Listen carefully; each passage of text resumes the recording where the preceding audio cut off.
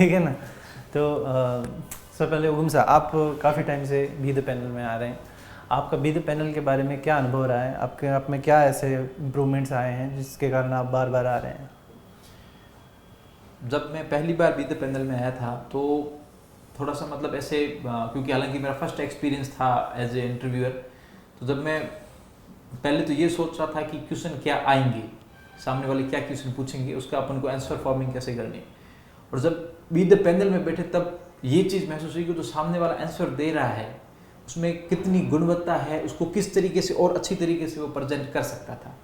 तो अपन को एक तो फॉर्मिंग और आंसर, जो आंसर की जो फॉर्मिंग होती है वो कैसी होनी चाहिए, ये मैंने बी द पैनल में सीखा। कौन सी चीज़ कब कहनी है। कई बार ऐसा होता है कि अपन आंसर की भूमिका बताते हैं तब तक बनाते हैं तब तक बाउंडर हो जाता है, तो अपन को भूमिका से कैसे बचा जाए, टू द पॉइंट आंसर कैसे बताया जाए, ये सारी चीज़ें मैंने यहाँ आके सीखी। और इससे पहले जब भी कोई क्वेश्चन पूछा था तो उसमें एक आंसर मेरा 5 से 7 मिनट का होता था, और यहाँ आने के बाद वही 5 से 7 मिनट का जो आंसर है उसका कंक्लूजन 20 सेकंड में यहाँ आने के बाद हो रहा है। अच्छा, ये आपको सुधार मिले हैं यहाँ पर? जी ठीक है मैडम, आप भी सेकेंड टाइम आ रही हैं यहाँ पे, आपको कैसा लग रहा है बी द पैनल का एक्सपीरियंस, उसमें जो सुधार हो रहे हैं आप में, उसके बारे में बताइए कुछ। सबसे पहले तो ये एक्सपीरियंस काफ़ी अच्छा है क्योंकि आपको हर बार नई नई चीज़ें सीखने को मिलती हैं। हम यहाँ पे आते हैं तो हमारे फेलो बीइंग्स हमें जो मिलते हैं, क्योंकि मैं बिल्कुल फ्रेशर हूँ, मुझे एक्चुअली राजस्थान के मतलब इस सिविल सर्विस के बारे में इतना नहीं पता, तो मुझे काफ़ी कुछ पता चलता है इससे। और साथ में जब हम सवाल पूछते हैं ना तो इससे ये पता चलता है कि कैसे सवाल हमसे पूछे जा सकते हैं, तो इसीलिए काफ़ी प्रैक्टिकल तरीका है ये इंटरव्यू के लिए तैयार होने का। ओके, तो आप जब उस तरफ बैठते हैं तो इस तरफ जो लोग गलती करते हैं, आपको कभी लगता है कि हाँ ये गलती मैं भी करती हूँ?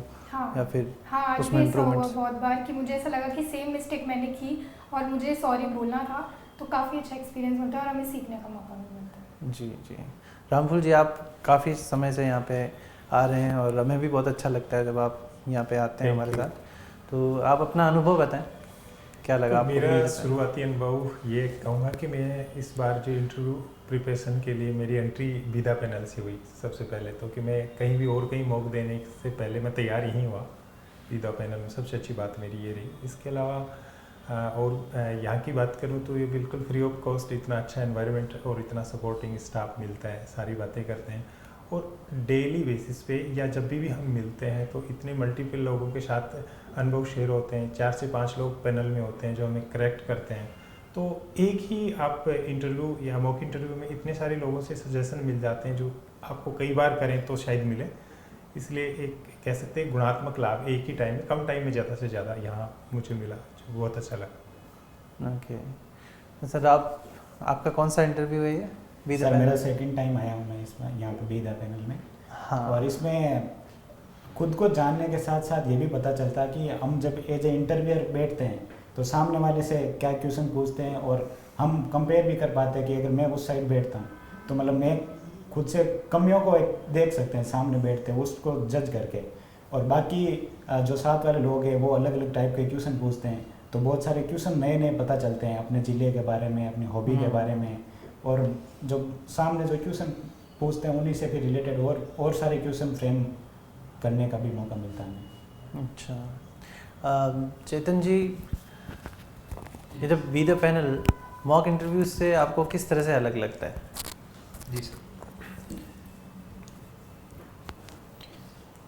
सबसे पहले जो ये बी द पैनल का जो कंसेप्ट है वो इंटरव्यू के अंदर इसलिए हेल्पफुल बहुत ज़्यादा हो जाता है क्योंकि आरएस की प्रिपरेशन का ये जो थर्ड स्टेज है जहाँ पे आपको ग्रुप डिस्कशन की सबसे ज़्यादा ज़रूरत होती है, और इंटरव्यू के टाइम ये ऐसा होता है कि अपन फ्रेंड सर्किल वगैरह में बहुत कम लोग सेलेक्टेड होते हैं या जिनका इंटरव्यू कॉल हो रहा है, तो ये एक ऐसा प्लेटफॉर्म है जहाँ आपको डेली के 10 से 12 जो इंटरव्यू दे रहे हैं वो लोग मिल रहे हैं, तो उनके साथ आप डिस्कशन कर रहे हो और आपका ग्रुप भी बन चुका है, तो नई नई चीज़ें शेयर करना।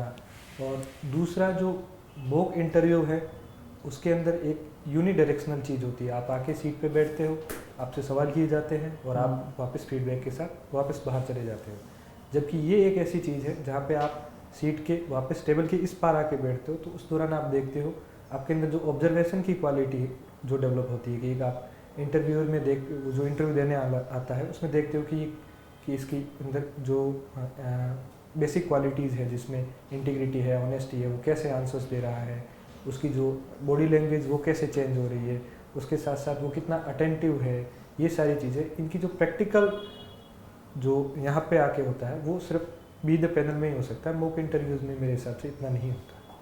ओके, रामफुल जी, आपको कितना ये लगता है कि ये जो क्वालिटीज़ डेवलप होने की बात कही चेतन जी ने, तो ये आपने भी अनुभव किया? बिल्कुल मैंने अनुभव भी किया और मैं जो चेतन जी ने कहा इसको 100% सपोर्ट करूँगा, क्योंकि ये चीज़ें जैसे कि मॉक इंटरव्यूज़ में एकदम मैकेनिकल होता है कि आप गए अंदर, उनकी लिमिटेशंस होती हैं, हर चीज़ वो नहीं बता सकती।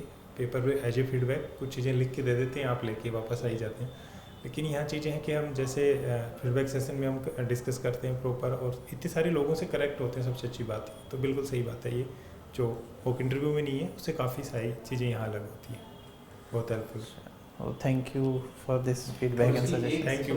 एक जो सबसे अच्छी चीज़ जो इसकी है वो ये है कि यहाँ पे एक क्वेश्चन बैंक तैयार हो जाती है। इतने सारे क्वेश्चन अपन फेस करते हैं कि कहीं ना कहीं अगर जो बोर्ड वाले अपन को क्वेश्चन पूछेंगे सेम टू सेम नहीं पूछे तो कहीं ना कहीं आपस में रिलेटेड क्वेश्चन आ ही जाएगा।